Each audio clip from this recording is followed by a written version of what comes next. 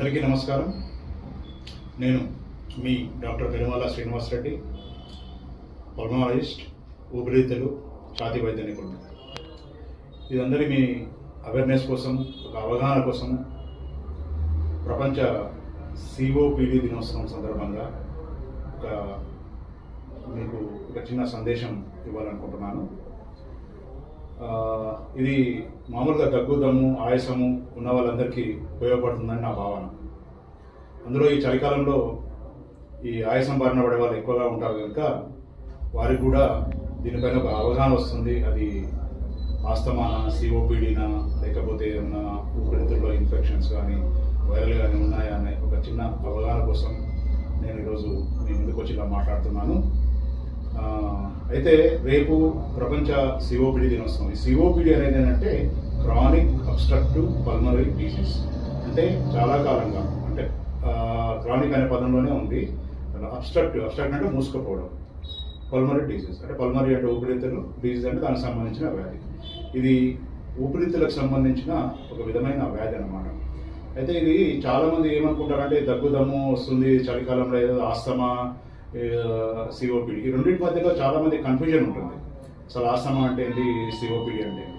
అందరూ దగ్గుదమ్ములు అనమాట, నాకు దమ్ము ఉంది అంటారు. కానీ దీంట్లో ఇది డిఫరెంట్గా ఉంటుంది. ఆస్తమా కంప్లీట్గా వేరు, COPD కూడా కంప్లీట్గా వేరు. ఆస్తమా అనేది ఊపిరితిత్తుల్లో గాలి కొట్టాలకు వచ్చే వ్యాధి. అది చిన్నతనం నుంచి ఎవరికైనా రావచ్చు, పిల్లల నుంచి పెద్దల వరకు ఎవరికైనా రావచ్చు. అది కొంచెం జెనెటికల్ ఇష్యూస్ అన్నమాట. అంటే అది ఆస్తమాకి సంబంధించి మళ్ళీ ఒకసారి మాట్లాడుకున్నాము. ఇప్పుడు మనం COPD గురించి మాట్లాడదాం. ఇది క్రానిక్ అబ్స్ట్రక్టివ్ పల్మనరీ డిసీజ్. దీంట్లో ఏంటంటే ఇది తరచూ ఆయాసం. ఈ ఆయాసం వస్తూ ఉంటుంది, ఇలా నడుస్తూ ఉంటే ఆయాసం రావడము, కిల్లి కూతలు రావడము. తర్వాత ఈ దగ్గు ఒక విధమైన పొడి దగ్గు. కొన్నిసార్లు అది ముదిరింది అనుకోండి, కొంచెం శ్లేష్మం అంతా తెమడ అంటాం కదా, అది గాలి గొట్టాల్లో కొంచెం ఎదుర్కొని